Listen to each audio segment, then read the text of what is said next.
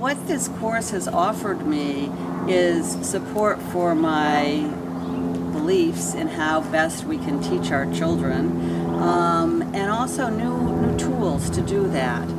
I would say that after having looked at Common Core for a while and felt confused about, okay, what is this and how are we going to apply it in this setting, the course that I've been taking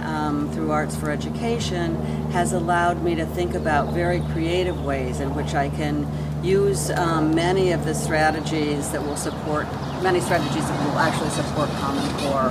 in the end. The professional development at Alameda County has sort of re-reminded me about why I became a teacher in a lot of ways, in terms of you become a teacher in Oakland to promote social justice, and sometimes you lose sight of that in the day-to-day and what you're doing. And so it's reminded me of the purpose and why I started teaching. And it's also helped me in terms of all of our teachers are moving towards teaching with understanding and the Common Core, and it's really helped my thinking in terms of how are they going to be assessing my students in their classes? How am I going to be supporting my students as they have these new learning experiences in their classes? And, you know, in terms of my teaching, how am I going to teach a student who has gaps in their conceptual understanding, in terms of how am I going to support them so that they are learning those things that they need to learn for their classes? I want my students to have a aha moment in my class in regards to math, new math core standards, which is very similar to the Studio Habits of Mind, which is, I think, is pretty cool. And I want the teachers and educators to understand that, how important and how we can make our curriculum sing by tying core standards with visual art standards and making it all tie one big ball of creativity and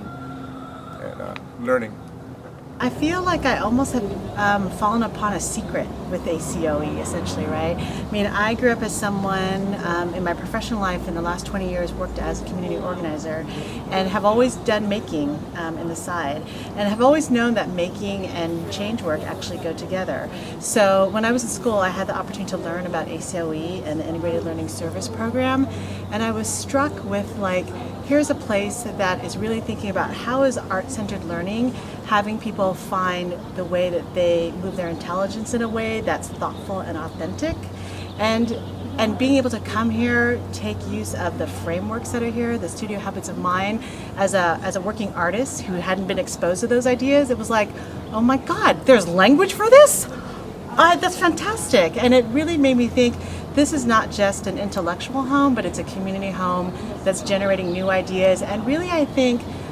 setting up opportunities for what public education could and should look like,